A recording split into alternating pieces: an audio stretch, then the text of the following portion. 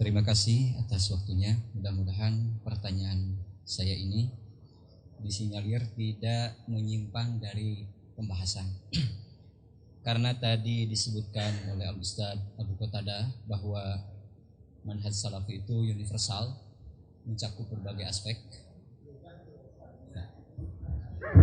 Nah, afwan. Karena tadi Al-Ustadz Abu Qatadah mengatakan bahwa manhaj salafi atau ahlus sunnah atau firqah najiyah itu universal, mencakup berbagai aspek dan sendi kehidupan yang menyentuh manusia. Di antaranya adalah akidah, syariah, akhlak, dan lain sebagainya. Maka pertanyaan saya pun akan berkaitan dengan hal-hal yang tadi. Yang pertama terkait dengan akidah. Tadi saya mendengar dari Al-Ustadz Abdul Hakim hafizahullah bahwa masalah furu'iyah, ikhtilaf di kalangan para sahabat itu pernah terjadi. Sedangkan di dalam masalah akidah atau tauhid itu semuanya sama, sepakat semuanya.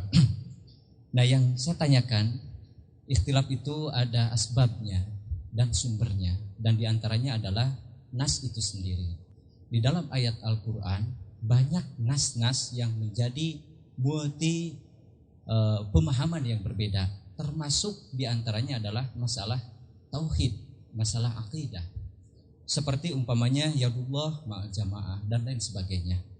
Nah, yang saya tanyakan, sejauh mana dalam menetapkan kaidah bahasa untuk memahami nas-nas yang terkait dengan tauhid, umpamanya seperti apakah bisa memakai majaz atau tidak, itu diantaranya yang pertama. Kemudian yang kedua, Ustadz Abu Qatadah tadi menyentuh masalah fikih, yang beliau katakan bahwa al-adilatul ahkam asy-syar'iyyah al-muttafaq alaih arba', bahwa dalil-dalil hukum syar'i yang sepakat itu ada 4. Pertama adalah Al-Quran, As-Sunnah, sahabat, kemudian ijma' as-sahabah as-sahihah wal qiyas as-sahihah. Nah, yang ditanyakan bagaimana manhaj ahlus sunnah wal jamaah atau salafi atau firqah an-najiyah mengenai yang 6 itu, al-mukhtalaf alaih, contohnya seperti al-maslahatul mursalah dan lain sebagainya, karena itu terkait dengan kondisi, tempat, zaman dan adat istiadat menurut para penyusun kitab usul fikih. Itu yang kedua. Kemudian yang ketiga, ini terkait dengan fikih waqi'. Ini harus dibatasi waktunya, jadi disimpan barangkali saja. Yang terakhir barangkali ya. Yang terakhir, bagaimana manhaj salaf tentang kepemimpinan, tentang khilafah, tentang umara, konsepnya begitu. Dan bagaimana kedudukan ormas-ormas yang ada di Indonesia ini menurut pandangan manhajus salaf. Barangkali itu yang saya sampaikan. Terima kasih dan saya mohon maaf jika banyak kesalahan. Aku qouli hadza wa astaghfirullah li wa lakum. 12 dan ini pertanyaannya sampai pukul 12, ini sangat semangat. Kita sepakati tuntas tidak tuntas 10 menit. Iya, kami persilakan. Alhamdulillah, saya mengucapkan terima kasih atas perhatian yang begitu besar dari saudara-saudara sekalian. Pertama, bahwa berdasarkan Alkitab dan Sunnah dan Ijma', dan ini pembahasan yang sangat luas sekali, yang memerlukan waktu yang cukup panjang dan tadabbur yang baik, dan membahas kutubul ulama, bahwa manhaj salaf adalah manhaj yang hak, la raiba fihi.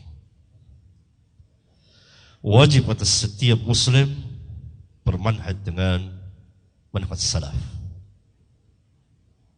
Jadi manhaj satu metode atau cara beragama dan kembali kepada Alkitab dan Sunnah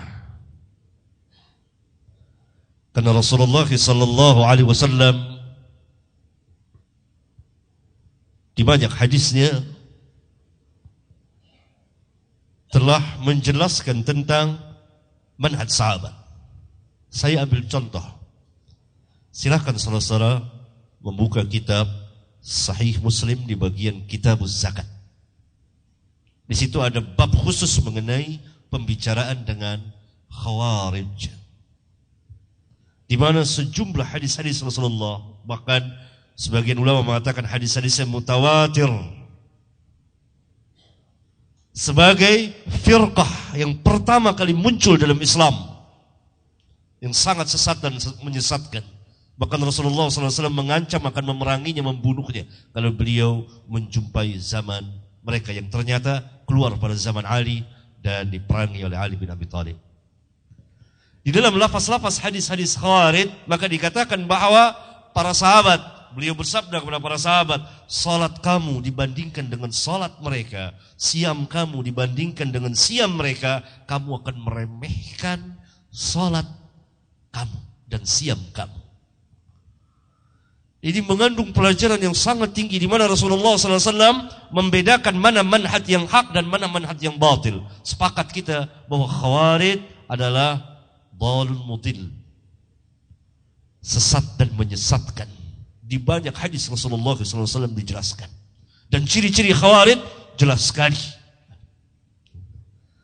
Dan Rasulullah SAW membuat satu perbandingan, tafriq, perbedaan mana manhaj yang hak dengan manhaj yang batil, dengan diukurnya antara Khawarij dengan sahabat, dibandingkannya antara sahabat dengan Khawarij.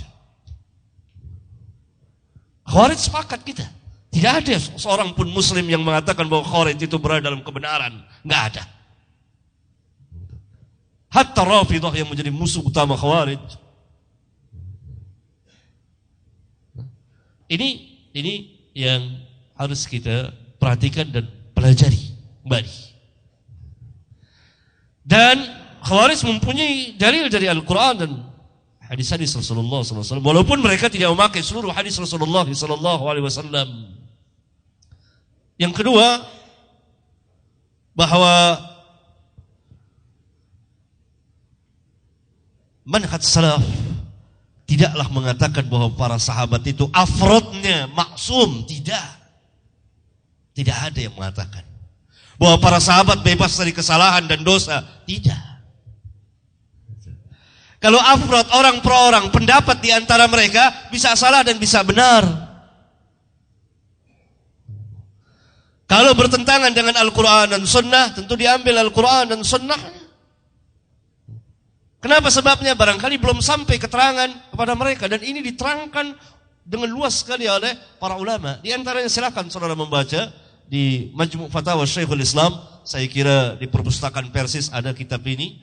Di bagian kitab usul fikih oleh Syekhul Islam, di situ ada judul Raf'ul Malam 'anil A'immatil A'lam. Dan kitab ini pernah diterjemahkan kalau tidak salah oleh salah satu guru Persis juga kalau saya tidak salah ingat. Di situ dijelaskan perkataan-perkataan perbuatan sahabat yang belum sampai kepada mereka hadis Rasulullah sallallahu alaihi wa ala alihi wasallam. Oleh karena itu Al-Imam Ahmad usulnya berpegang dengan Alkitab wa Sunnah dan berpegang dengan fatwa para sahabat, kecuali kalau di antara mereka terjadi khilaf, maka diambil yang akrab, yang lebih dekat kepada Alkitab dan Sunnah Rasulullah sallallahu alaihi wa alihi wasallam. Tetapi ijma' mereka yang kita bicarakan satu manhaj secara keseluruhan mengenai perjalanan kehidupan para sahabat di dalam beragama, di mana Rasulullah SAW mengatakan ma'ana alaihi al-yawm wa ashabi. Ini yang kita bicarakan intinya. Ijma' orang itu saya tanyakan, para sahabat tidak pernah berselisih dalam cara beragama. Tidak pernah berselisih dalam asma wa sifat, nama dan sifat Allah, tidak pernah berselisih. Tidak pernah berselisih tentang masalah-masalah aqaid, kecuali keterangan yang belum sampai kepada mereka. Berbeda dengan yang ini yang kita bicarakan secara keseluruhan. Bukan afradnya, ijtihad masing-masing di antara mereka. Itu telah terjadi khilaf. Kalau terjadi demikian kan sudah jelas bagi kita. Fa in tanaza'tum fi syai'in farudduhu ila Allah war Rasul. Namun apabila ada dua pendapat di antara para sahabat, maka kita tidak boleh menciptakan pendapat yang ketiga. Ini ijma ulama yang diwakili oleh para ulama seperti Imam Syafi'i dan lain-lain. Karena kebenaran tidak keluar dari situ. Salah satunya ada yang benar, ada yang salah.